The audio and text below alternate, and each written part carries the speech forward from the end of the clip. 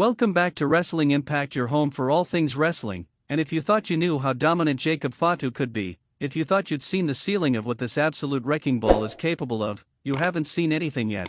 Because at last night's SmackDown, Jacob Fatu didn't just win a match. He didn't just qualify for the Elimination Chamber. He sent a message written in pain, carved in brutality, and delivered with the kind of violence that makes legends reconsider their careers. Cody Rhodes, the American Nightmare, the man who finished his story and became WWE Champion. Sami Zayn, the heart and soul of the locker room, the underdog who refuses to stay down. Two former world champions. Two warriors with everything to prove. And one Samoan werewolf who treated them both like they were nothing more than obstacles to be demolished. This is the story of how Jacob Fatu just changed everything. Let's set the stage here, because this wasn't just any triple threat match. This was an Elimination Chamber qualifier with stakes so high you could feel the tension radiating through your screen. 6 spots in the Elimination Chamber. 6 men who would get the opportunity to potentially walk out as the #1 contender, to main event WrestleMania, to cement their legacy.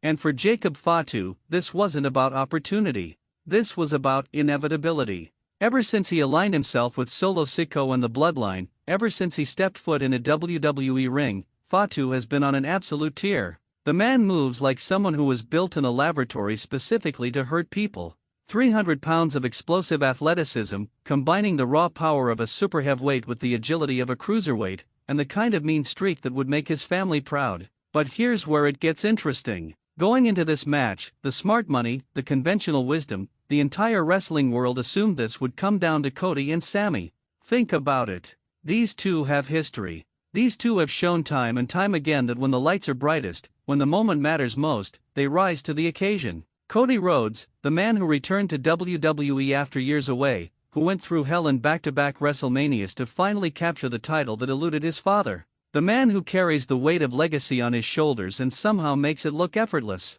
And Sami Zayn, the perpetual underdog who has somehow turned being counted out into his greatest weapon. The man who infiltrated the Bloodline, who betrayed his best friend, who found redemption, who beat Gunther when nobody gave him a chance. These aren't just wrestlers. These are storytellers. These are fighters who make you believe. And that's exactly why what Jacob Fatu did to them was so absolutely devastating. The match started exactly how you'd expect. The bell rings, and immediately there's this incredible tension because all 3 men know what's at stake. Cody and Sami, they've got this unspoken understanding, this mutual respect born from years of clawing their way to the top. But they also know they're in there with a legitimate monster.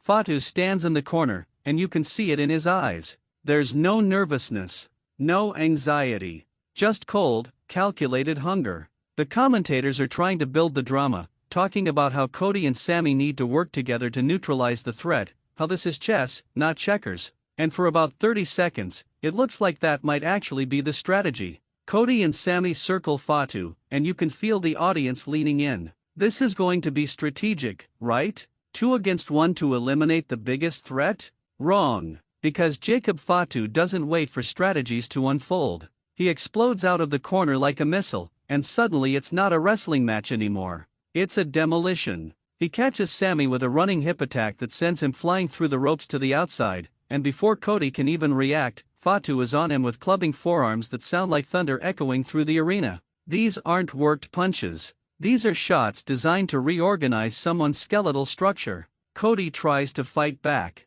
Of course he does. The American Nightmare didn't become champion by backing down from anyone. He fires back with his signature uppercuts, those beautiful European uppercuts that have put down giants. But here's the thing about Jacob Fatu, every shot Cody lands, Fatu just absorbs it. He eats it. And then he smiles. There's this moment, this chilling moment where Cody connects flush with an uppercut that would drop 99% of the roster, and Fatu just tilts his head, grins, and Cody's face tells you everything you need to know. He's thinking, what did I get myself into? Meanwhile, Sami's on the outside trying to shake off the cobwebs, and you can see him calculating, trying to find an opening. Sami's greatest strength has always been his intelligence, his ability to read the room and find the perfect moment to strike. So he waits. He watches as Fatu whips Cody into the ropes and catches him with a Samoan drop that rattles the ring. He watches as Fatu doesn't go for a cover but instead pulls Cody up, because this isn't about winning quickly. This is about making a statement. And that's when Sami sees his opening. He springboards from the apron, looking for that high-flying attack that's caught so many opponents off guard. But Fatu, with reflexes that should be illegal for a man his size, catches him out of midair and transitions it into a power slam that makes the front row wince. The crowd is going absolutely insane at this point because they're watching something special. They're watching someone operate on a completely different level. For the next several minutes, it's just Jacob Fatu putting on a clinic in controlled violence. He's not rushing. He's not panicking. He's systematically breaking down two of WWE's best, and he's doing it with this terrifying efficiency. Every suplex is picture perfect. Every strike lands with bad intentions. When he hits a standing moonsault, and remember, this is a 300-pound man launching himself backwards through the air with zero hesitation, the building erupts because you don't see that every day. You don't see someone that size move like that. But here's where the story gets really good. Because Cody Rhodes and Sami Zayn didn't become champions by giving up.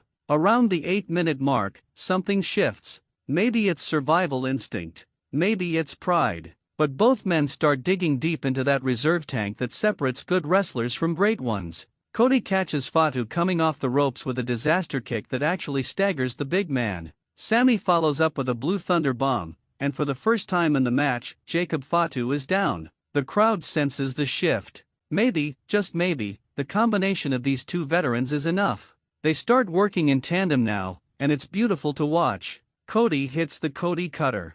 Sami follows with a hell of a kick to the back of Fatu's head. They're tagging in and out like this is a tag match, keeping fresh, keeping pressure. For about 3 minutes, it actually looks like they might pull this off. Sami locks in a submission, Cody's hitting the ropes setting up for crossroads, and you can feel the momentum swinging. The commentators are selling it perfectly, talking about heart, about determination, about how championship experience is showing. And then Jacob Fatu reminds everyone exactly who he is. He powers out of Sami's submission like it's nothing, catches Cody mid-cross Rhodes attempt, and delivers a headbutt so devastating that you can hear it in the cheap seats. Sami tries to capitalize, running at Fatu, but gets caught with a pop-up Samoan drop that looks like it broke him in half.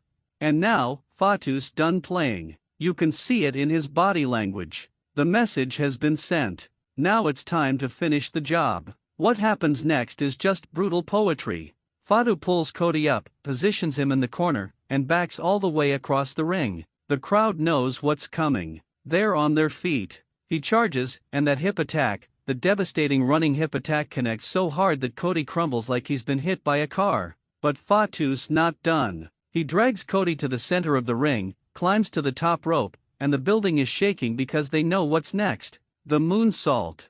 300 pounds of Samoan destruction launching through the air with impossible grace and landing with absolute precision. The impact is sickening. Cody's done. Everyone knows it. But Fatu doesn't cover. Instead, he turns his attention to Sami, who's barely pulling himself up on the ropes, running on fumes and heart. Sami knows what's coming. You can see in his eyes he knows. But Sami Zayn has never backed down from a fight in his life, and he's not starting now. He actually waves Fatu on, telling him to bring it. The respect in that moment is palpable. Even in the face of certain destruction, Sami stands tall. Fatu nods, almost appreciatively, and then proceeds to hit a running hip attack followed by a moonsault combination that will be replayed for years. The pin is academic at this point. 1, 2, 3, it's over. But it's not really over because Jacob Fatu stands in the center of that ring, barely winded, while two of WWE's biggest stars are laid out like victims of a natural disaster.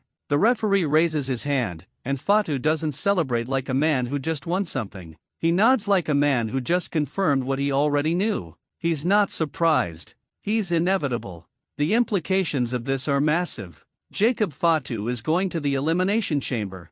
Think about that. Put him in a structure specifically designed for chaos, for carnage, for the kind of brutality that defines careers. Put him in there with 5 other men, and now ask yourself, who's stopping him? Seth Rollins? LA Knight? Drew McIntyre? After what we just witnessed, after watching him dismantle 2 former world champions like they were enhancement talent, does anyone really have an answer for this? And here's the beautiful, terrifying thing about Jacob Fatu's booking right now. WWE isn't rushing him. They're not putting him in the title picture prematurely and burning through his mystique. They're building him methodically, letting him rack up these statement victories, letting the fear build organically. Every week, he looks more unstoppable. Every week, the question isn't if he'll win, but how much damage he'll do along the way. That's how you create a monster. That's how you build a future main eventer. For Cody Rhodes, this has to sting on a different level. He's in the middle of this incredible championship run, proving night after night that he deserves to be the face of WWE, and then someone like Fatu comes along and handles him like he's not even in the same league. That's not a burial, that's reality check. That's a reminder that no matter how high you climb, there's always someone hungrier, someone more dangerous coming up behind you. And for Cody's character, for his story, this kind of loss can be fuel. This can be the wake-up call that pushes him to another level. Sami Zayn, too, there's no shame in this loss. Sami's entire career has been built on being the underdog who overcomes impossible odds. But sometimes the odds are just too steep. Sometimes you run into a force of nature, and all you can do is survive and learn. The fact that Sami stood up to Fatu, that he refused to back down even when he knew he was outmatched, that's the kind of thing that endears him to fans even more. That's pure babyface fire. But the star of this story, the man who just announced himself as a legitimate problem for everyone in WWE, is Jacob Fatu. Think about his trajectory. He comes in as part of the Bloodline, a group that's already established as dominant, as dangerous. He could have easily been lost in the shuffle, just another muscle guy standing in the background. Instead, he's been positioned as perhaps the most dangerous member. Solo Sikoa might be the tribal chief of his version of the Bloodline, but Jacob Fatu is the enforcer, the weapon, the thing you unleash when you want someone hurt. And that's what makes the Elimination Chamber so compelling now. Because it's not just about who wins. It's about who survives Jacob Fatu. It's about whether anyone in that match can figure out a way to contain someone who just made two world-class competitors look ordinary. The chamber is chaos incarnate, and you're putting the human embodiment of destruction inside it. That's must-see television. That's the kind of booking that creates moments. What we witnessed wasn't just a wrestling match. It was a coronation. It was Jacob Fatu stepping out of the shadow of his legendary family name and carving his own path of destruction through WWE. Cody Rhodes and Sami Zayn aren't weak. They aren't jokes. They're legitimate top-tier talent, and they both got absolutely dismantled. That's how you establish a new monster. That's how you create fear and anticipation. And now, everyone in that elimination chamber, everyone watching from backstage, everyone in the locker room has to be wondering the same thing. If he did that to Cody and Sami, what's he going to do to me? The elimination chamber just got infinitely more interesting. The road to WrestleMania just got a massive roadblock in the shape of a Samoan werewolf who's hungry, who's motivated, and who's proving every single week that the hype is real. Jacob Fatu isn't coming. He's already here. And he's taking everything. If you enjoyed this breakdown, if you're as hyped about Jacob Fatu's rise as we are, make sure you hit that like button, drop a comment telling us who you think can actually stop this man, and subscribe to Wrestling Impact because we're covering every moment of this insane journey to WrestleMania. The stakes have never been higher. The action has never been more intense. And we're bringing you all of it. We'll see you in the next one.